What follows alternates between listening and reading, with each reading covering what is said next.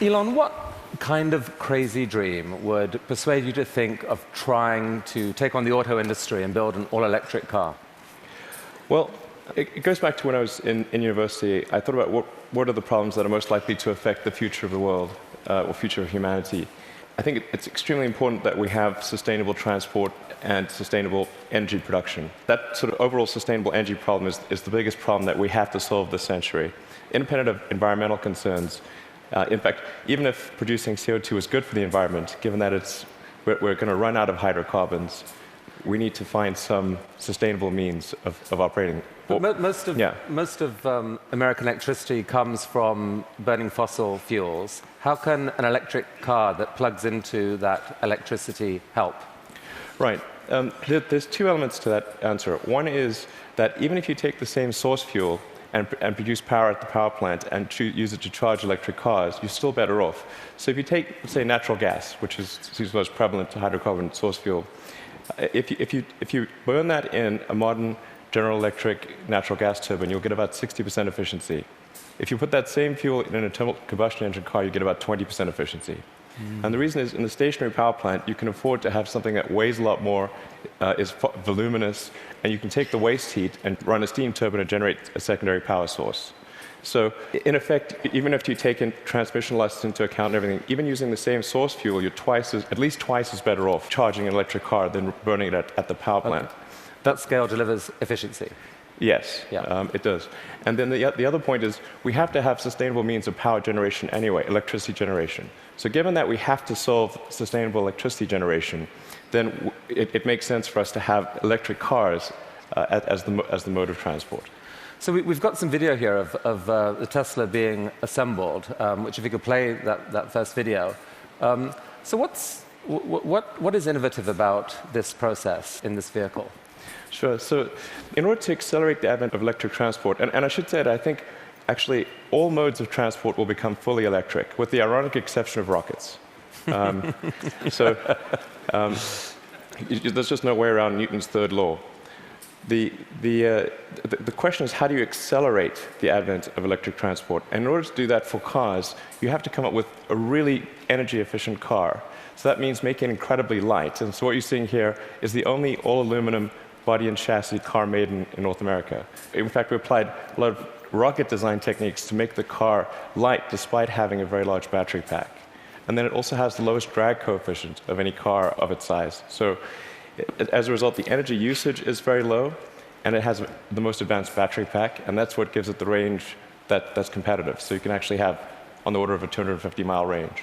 I mean, those battery packs are incredibly heavy, but you think the math can still work out intelligently by combining light body, heavy battery, you can still gain spectacular efficiency. Exactly. The rest of the car has to be very light to offset the mass of the pack, and then you have to have a low drag coefficient so that you have good highway range. In fact, customers of the Model S are sort of competing with each other to try to get the highest possible range. I think somebody recently got 420 miles out of a single charge. Bruno Bowden, who's here, did that, broke the world record. 425. That was the good news. The bad news was to do it, he had to drive at 18 miles an hour constant speed and got pulled over by the cops. Yeah, I mean, you can certainly drive. If you drive at sort of 65 miles an hour under normal conditions, 250 miles is a reasonable number. Let's show that second video showing the Tesla in action on ice. Not at all a dig at the New York Times, this, by the way. What is the most surprising thing about the experience of driving the car? In creating an electric car, the responsiveness of the car is really incredible. So we want to really have people feel as though they've almost got a mind meld with the car. So you just feel like you and the car are kind of one. And as you corner and accelerate, it just happens, like the car has ESP. You can do that with an electric car because of its responsiveness. You can't do that with a gasoline car. I think that's really a profound difference, and people only experience that when they have a test drive. I mean, this is a beautiful but expensive car. Is there a roadmap where this becomes a mass market vehicle? Yeah, the goal of Tesla has always been to have a sort of a three-step process where version 1 was an expensive car in low volume, version 2 is sort of medium price and medium volume, and then version 3 would be low price, high volume. So we're at step 2 at this point. So we had a $100,000 sports car, which was the Roadster. Then we've got the Model S, which starts at around $50,000. And our third generation car, which will hopefully be out in about 3 or 4 years, will be a $30,000 car. But whenever you've got really new technology, it generally takes about 3 major versions in order to make it a compelling mass market product. And so I think we're making progress in that direction, and I feel confident that we'll get there. I mean, right now, if you've got a short commute, you drive, you can get back, you can charge at home. There isn't a huge nationwide network of charging stations now that are fast. Do you see that coming, really, truly, or just on a few key routes? There actually are far more charging stations than people realize. And at Tesla, we developed something called the supercharging technology. So, and we're offering that if you buy a Model S for free, forever. And so this is something that maybe a lot of people don't realize. We actually have California and Nevada covered. We've got the eastern seaboard from Boston to DC covered. By the end of this year, you'll be able to drive from LA to New York. You're just using the supercharger network, which charges at 5 times the rate of anything else. And the key thing is to have a ratio of drive to stop, to stop time of about 6 or 7. So if you drive for 3 hours, you want to stop for 20 or 30 minutes, because that's normally what people will stop for. So if you start a trip at 9 a.m., by noon, you want to stop to have a bite to eat, hit the restroom, coffee, and keep going. So your proposition to consumers is, for the full charge, it can take an hour. So it's common. Don't expect to be out of here in 10 minutes. Wait for an hour, but the good news is you're helping save the planet, and by the way, the electricity is free. No, you don't pay anything. Actually, what we're expecting is for people to stop for about 20 to 30 minutes, not for an hour. It's actually better to drive for about maybe 160, 170 miles, and then stop for half an hour, and then keep going. That's the natural cadence of a trip. All right. So this is only one string to your energy bow. You've been working on this solar company, SolarCity. What's unusual about that? Well, as I mentioned earlier, we have to have sustainable electricity production as well as consumption. So I'm quite confident that the primary means of power generation will be solar. I mean, it's really indirect fusion is what it is. We've got this giant fusion generator in the sky called the sun. And we just need to tap a little bit of that energy for purposes of human civilization. Most people know but don't realize they know is that the world is almost entirely solar-powered already. If the sun wasn't there, we'd be a frozen ice ball at 3 degrees Kelvin. And the sun powers the entire system of precipitation. The whole ecosystem is solar-powered. But in a gallon of gasoline, you have effectively thousands of years of sun power compressed into a small space. So it's hard to make the numbers work right now on solar and to remotely compete with, for example, natural gas, fracked natural gas. How are you going to build a business here? Well, I'm confident that solar will beat everything, hands down, including natural gas. How? It must, actually. If it doesn't, we're in deep trouble. But you're not selling solar panels to consumers. What are you doing? No, we actually are. You can buy a solar system, or you can lease a solar system. Most people choose to lease. And the thing about solar power is that it doesn't have any feedstock or operational costs. So once it's installed, it's just there. It works for decades. It'll work for probably a century. And this is so therefore the key thing to do is to get the cost of that initial installation low, and then get the cost of the financing low. So because that interest, those are the 2 factors that drive the cost of solar, and we've made huge progress in that direction.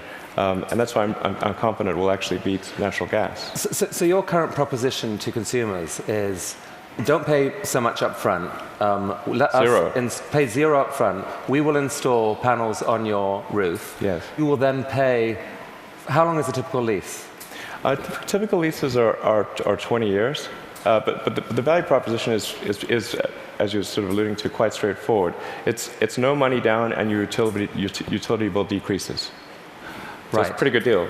So that seems like a win for the consumer. No risk. You will pay less than you're paying now. And for you, the dream here then is that, I mean, who owns the electricity from those panels for the longer term? I mean, how do you, the company, benefit?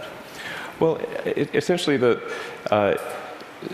SolarCity raises a chunk of capital, and from say a company or a bank. Google is one of our big partners here, and they have an expected return on that capital. With that capital, SolarCity purchases and installs the panel on the roof, and then charges the homeowner or business owner a monthly lease payment, which is less than the utility bill. But you yourself get a sort of long-term commercial benefit from that power. You're kind of building a new type of distributed utility. Exactly. What it amounts to is a giant distributed utility.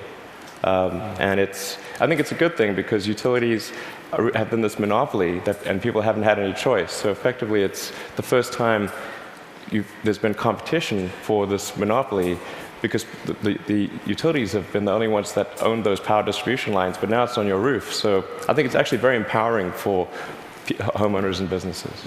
And you really picture a future where a majority of power in America, like within a decade or two, or within your lifetime, is solar? I'm extremely confident that solar will be at least a plurality of power, and most likely a majority. And I predict it will be a plurality in less than 20 years. I'd say I made that bet with someone. The definition of plurality is? More from solar than any other source. Who did you make the bet with? With a friend who will remain nameless. But, just between us. I made that bet, I think, 2 or 3 years ago. So in roughly 18 years, I think we'll see more power from solar than any other source. All right. So let's go back to another bet that you made with yourself, I guess. I mean, a kind of crazy bet. You'd made some money from the sale of PayPal. You decided to build a space company. Why on earth would someone do that? Got that question a lot. That's true. People would say, "Did you hear the joke about the guy who made a small fortune in the space industry?" And he, obviously started with a large one as the punchline. And so I tell people, well, I was trying to figure out the fastest way to turn a large fortune into a small one. And they'd look at me like, oh, is he serious? And strangely, you were. Well, what happened? It was a close call. I mean, things almost didn't work out. We came very close to failure, but we managed to get through that point in 2008. The goal of SpaceX is to try to advance rocket technology, and in particular to try to crack a problem that I think is vital for humanity to become a spacefaring civilization, which is to have a rapidly and fully reusable rocket. Would humanity become a spacefaring civilization? So that was a dream of yours in a way from a young age, or like you dreamed of Mars and beyond? I did build rockets when I was a kid, but I didn't think I'd be involved in this. It was really more from the standpoint of what are the things that need to happen in order for the future to be an exciting and inspiring one. And I really think there's a fundamental difference if you sort of look into the future between a humanity that is a spacefaring civilization that's out there exploring the stars on multiple planets. And I think that's really exciting. And compared with one where we are forever confined to Earth until some eventual extinction event. So you've somehow slashed the cost of building a rocket by 75%, depending on how you calculate it. How on earth have you done that? NASA has been doing this for years. How have you done this? Well, we've made significant advances in the technology of the airframe, the engines, the electronics, and the launch operation. I mean, there's a long list of innovations that we've come up with there. That they're a little difficult to communicate in this talk, but because, not least because you could still get copied, right? I mean, you haven't patented this stuff. It's really interesting to me. You didn't patent because you think it's more dangerous to patent than not to patent. Since our primary competitors are national governments, the enforceability of patents is questionable. It's really interesting. But the big innovation is still ahead, and you're working on it now. Tell us about this. Right. So the big innovation. In fact, let's roll that video, and you can talk us through it. What's happening here? Absolutely. So the thing about rockets is that they're all expendable. All rockets that fly today are fully expendable. The space shuttle was an attempt at a reusable rocket, but even the main tank of the space shuttle was thrown away every time. And the parts that were reusable took a 10,000-person group 9 months to refurbish for flight. So the space shuttle ended up costing $1 billion per flight. Obviously, that doesn't work very well for... So what just happened there? We just saw something land? That's right. So it's important that the rocket stages be able to come back, to be able to return to the launch site and be ready to launch again within a matter of hours. Wow. Yeah. Reusable rockets. Yes. And so what a lot of people don't realize is the cost of the fuel, of the propellant, is very small. It's much like on a jet. So the cost of the propellant is about 0.3% of the cost of the rocket. So it's possible to achieve, let's say, roughly 100-fold improvement in the cost of space flight if you can effectively reuse the rocket. Wow. That's why it's so important. Every mode of transport that we use, whether it's planes, trains, automobiles, bikes, horses, is reusable, but not rockets. So we must solve this problem in order to become a spacefaring civilization. You asked me the question earlier of how popular traveling on cruises would be if you had to burn your ship. Certain cruises apparently are highly problematic. Definitely more expensive. So that's potentially absolutely disruptive technology, and I guess paves the way for your dream to actually take, at some point, to take humanity to Mars at scale. Yeah, like exactly. To see a colony on Mars. Yeah, exactly. SpaceX or some combination of companies and governments need to make progress in the direction of making life multiplanetary, of establishing a base on another planet, on Mars being the only realistic option, and then building that base up until we're a true multi-planet species. So progress on this, let's make it reusable. How is that going? That was just a simulation video we saw. How's it going? We've been making some good progress recently with something we call the Grasshopper test project, where we're testing the vertical landing portion of the flight, the sort of terminal portion, which is quite tricky. And we've had some good tests. Can we see that? Yeah. So that's just to give a sense of scale. We dressed the cowboy as Johnny Cash and bolted the mannequin to the rocket. All right, let's see that video then, because this is actually amazing when you think about it. You've never seen this before: a rocket blasting off, and then. Yeah, so that rocket is about the size of a 12-story building.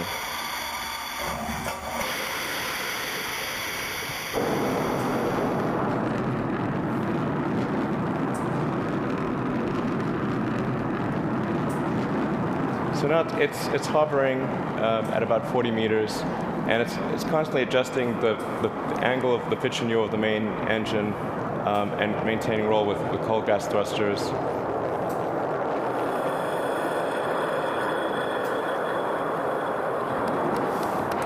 How cool is that?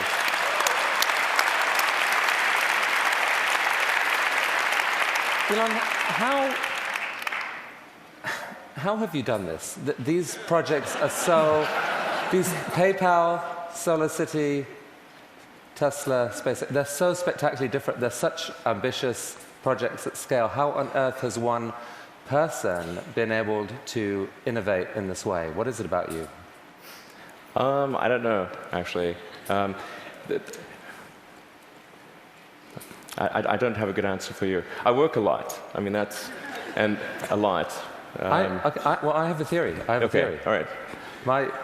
My theory is that you have an ability to think at a system level of design that pull together design, technology, and business. So if TED was TBD, design, technology, business, into one package, synthesize it in a way that very few people can, and this is the critical thing, feel so damn confident in that click-together package that you take crazy risks. You bet your fortune on it, and you seem to have done that multiple times. I mean, almost no one can do that. Can we have some of that secret sauce? Can we put it into our education system? Can someone learn from you? It is truly amazing what you've done. Oh, thanks. Thank you. Well, I do think there's a good framework for thinking is physics. You know, the sort of first principles reasoning. I mean, generally, I think there are. What I mean by that is, boil things down to their fundamental truths and reason up from there, as opposed to reasoning by analogy. Through most of our life, we get through life by reasoning by analogy, which essentially means kind of copying what other people do with slight variations. And you have to do that, otherwise it's mentally, you wouldn't be able to get through the day.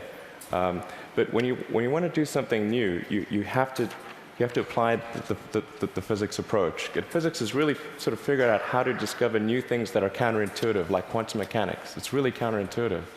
So I think that's an important thing to do. And then also to really pay attention to negative feedback and solicit it, particularly from friends. This may sound like sort of simple advice, but it's hardly anyone does that, and it's incredibly helpful. Boys and girls watching, study physics. Learn from this man. Elon Musk, I wish we had all day, but thank you so much for coming to TED. Thank you. That was awesome. It was really, really cool. Look at that. Just think about it. That was fantastic. Thank you so much.